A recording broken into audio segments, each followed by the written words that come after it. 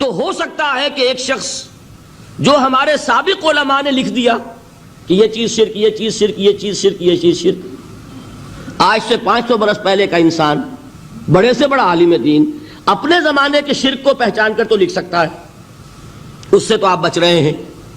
امام ابن تیمیہ نے اس کو شرک قرار دیا، اس کو شرک قرار دیا، اس کو شرک قرار دیا، کوئی شخص ہے جو اس سے تو بچ گیا۔ امام صاحب کی دی ہوئی بصیرت سے اس نے ان جو اقسام ہے شرک کی ان کو پہچان لیا، لیکن یہ عین ممکن ہے کہ آج کے شرک کو وہ نہ پہچان رہا ہو، اپنی جگہ وہ سمجھ رہا ہو اپنے آپ کو بہت بڑا موحد، جبکہ اس دور کا جو شرک ہے اس میں ملوث ہو۔ اس کو میں نے کہا ہے کہ اس شرک کے بارے میں بڑی اجتہادی بصیرت کی ضرورت ہے۔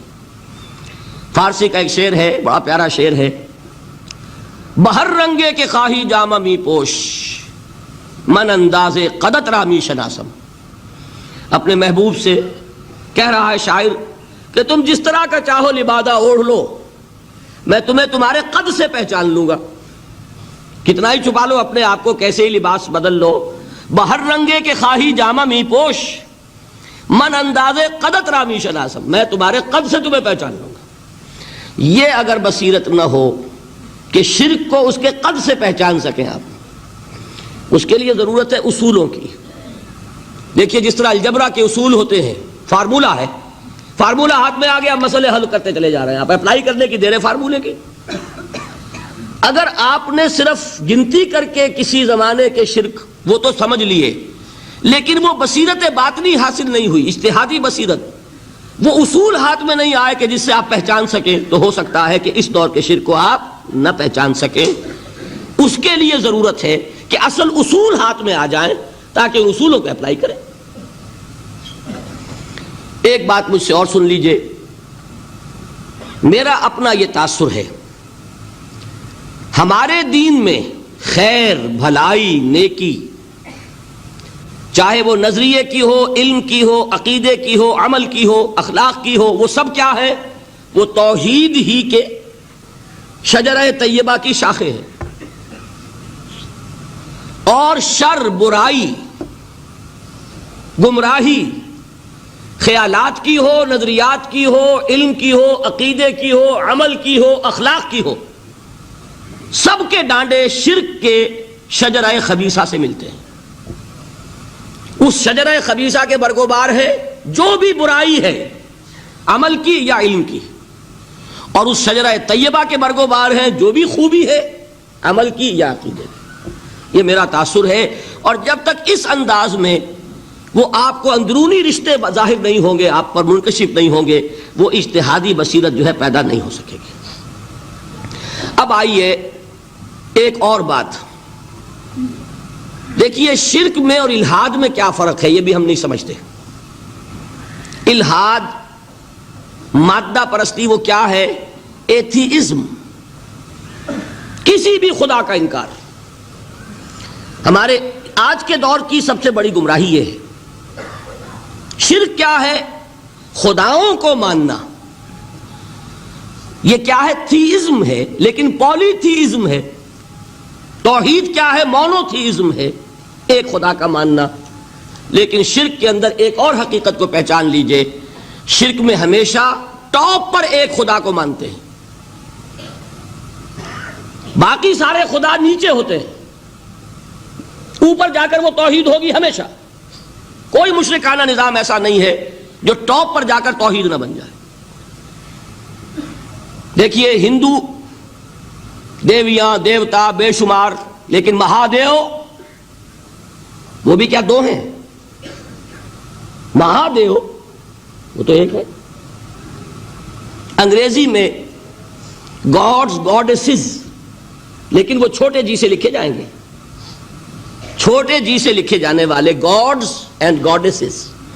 رومن مائتھولوجی ہو، گریک مائتھولوجی ہو، ان دیویوں دیوتاؤں کے نام ہی آپ نہیں یاد کر سکتے، لیکن گاڈ بڑے جی سے وہ ایک ہے کہ نہیں؟ ٹاپ پر جو ہے وہ ایک ہے، اس کو وہ بھی مانتے ہیں کہ اومنی پوٹنٹ، اومنیشنٹ، اومنی پریزنٹ، علی کل شیء قدیر، بکل شیء علیم، ہر جگہ موجود، وہ تو ایک ہی ہے، وہ تو کیپٹل جی سے لکھا جائے گا. باقی اس کے نیچے فوج ہے دیویوں کی، دیوتاؤں کی، خداؤں کی اور خدانیوں کی، وہ گاڈز اینڈ گاڈیسز ہیں. عرب میں کیا تھا؟ میں نے پہلے آپ کو وہ 2 مثالیں دے دی ہیں، تیسری اور ایران کی لے لیجئے. خیر کا خدا اور شر کا خدا اور، ایک یزداں ایک اہرمن. ٹھیک، سنویت ہو گئی نا، 2 خداؤں کو مانا، لیکن وہی ہے جو خدائے خدائے گاں، خداؤں کا خدا، اس کو ایک ہی مانتے ہیں. یہی معاملہ عرب میں تھا. اللہ وہ ایک ہی تھا ان کے ہاں. قرآن میں آتا ہے ان سے پوچھئے وَلَئِن سَأَلْتَهُم مَّنْ خَلَقَ السَّمَاوَاتِ وَالْأَرْضَ لَيَقُولُنَّ اللَّهُ. جب ان سے کہا جاتا ہے کہ کس نے پیدا کیا آسمان اور زمین کو، یہ فوراً کہیں گے اللہ نے. فَأَنَّىٰ يُؤْفَكُونَ. تو یہ ماننے کے بعد کدھر جا رہے ہیں؟ وہ کیا کہتے تھے کہ وہ بڑا اللہ تو ایک ہی ہے، لیکن چھوٹے آلہہ ہیں. آلہہ اور اللہ میں وہی فرق ہے جو کیپٹل جی کا گاڈ اور چھوٹے جی سے گاڈز اینڈ گاڈیسز. وہی فرق ہے کہ جو مہادیو اور دیویوں اور دیوتاؤں میں ہے، وہی وہاں تھا. اللہ وہ ایک اور سپریم، سب سے بالا تر، اس سے اوپر کوئی نہیں، تخلیق میں اس کا کوئی ساجی نہیں. لیکن اس نے کچھ آلہہ ہیں جنہیں کچھ اختیارات تقسیم کیے ہوئے ہیں. کچھ اس کے لاڈلی ہستیاں ہیں جو سفارش کر سکتی ہیں. بس یہ شرک تھا مشرکین مکہ کا. بات سمجھ رہے ہیں؟ اس کا جائزہ لیں گے تو آپ کو، اور جو آج شرک کی اقسام میں بیان کروں گا اس کو ہاتھ میں لیں گے تو کسی موحد کا تلاش کرنا مشکل ہو جائے گا. ڈھونڈ اب ان کو چراغ رخ زیبا لے کر. آج جن کا نام مسلمان ہے ان کی اکثریت کسی نہ کسی نوع کے شرک میں مبتلا ہے. اب آئیے اقسام شرک. اقسام شرک میں بھی وہی کیفیت ہے جو نفاق کے بارے میں میں نے عرض کی تھی کہ ایک تقسیم یہ ہے جو علماء نے کی ہے، ایک ہے عقیدے کا نفاق، ایک ہے عمل کا نفاق. اسی طرح ایک ہے عقیدے کا شرک، ایک ہے عمل کا شرک. عقیدے میں نہیں ہے، عمل میں ہے. ایک تقسیم آپ نے سنی ہوگی شرک جلی، شرک خفی. ایک ہے ننگا شرک، کھلم کھلا شرک. ایک ہے چھپا ہوا شرک جو نظر نہیں آتا. لیکن ایک مغالطہ اپنے دل سے نکال دیجئے، بعض لوگ شرک خفی کو شرک نہیں سمجھتے.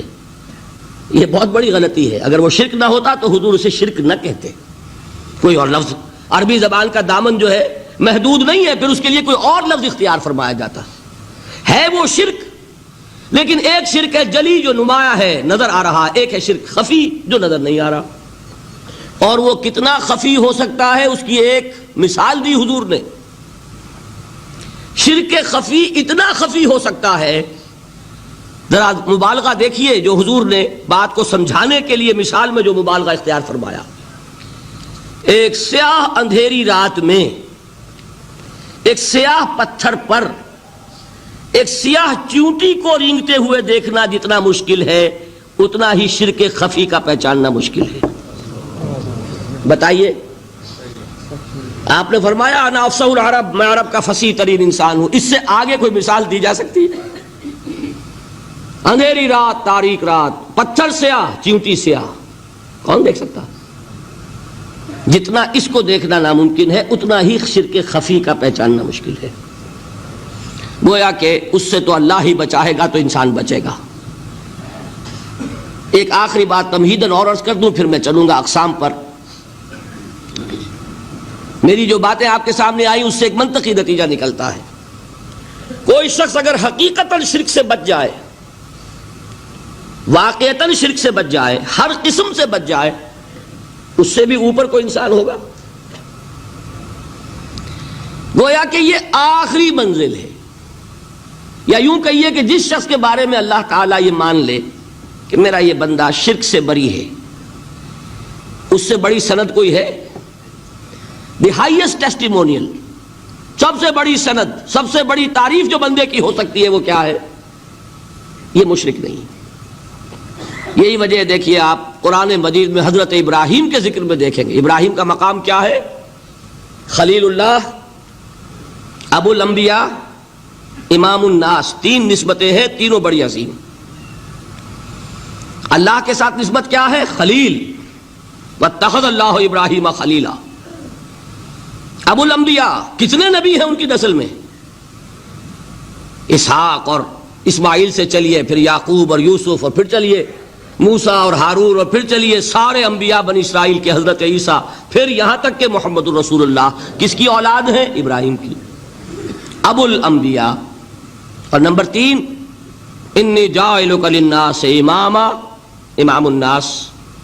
اور قرآن میں جو سب سے بڑی سند انہیں دی جاتی ہے وہ کیا؟ وما کان من المشرکین. وہ ابراہیم مشرکین میں سے نہیں تھے.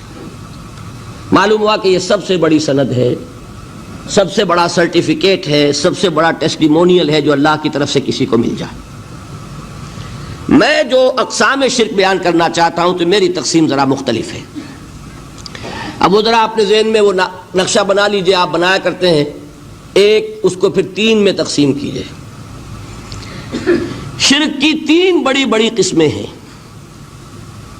شرک فی الذات نمبر 1، شرک فی الصفات نمبر 2، شرک فی الحقوق نمبر 3. اور یہ میں عرض کر دوں آپ سے پہلے ہی، یہ مضمون بہت طویل ہے.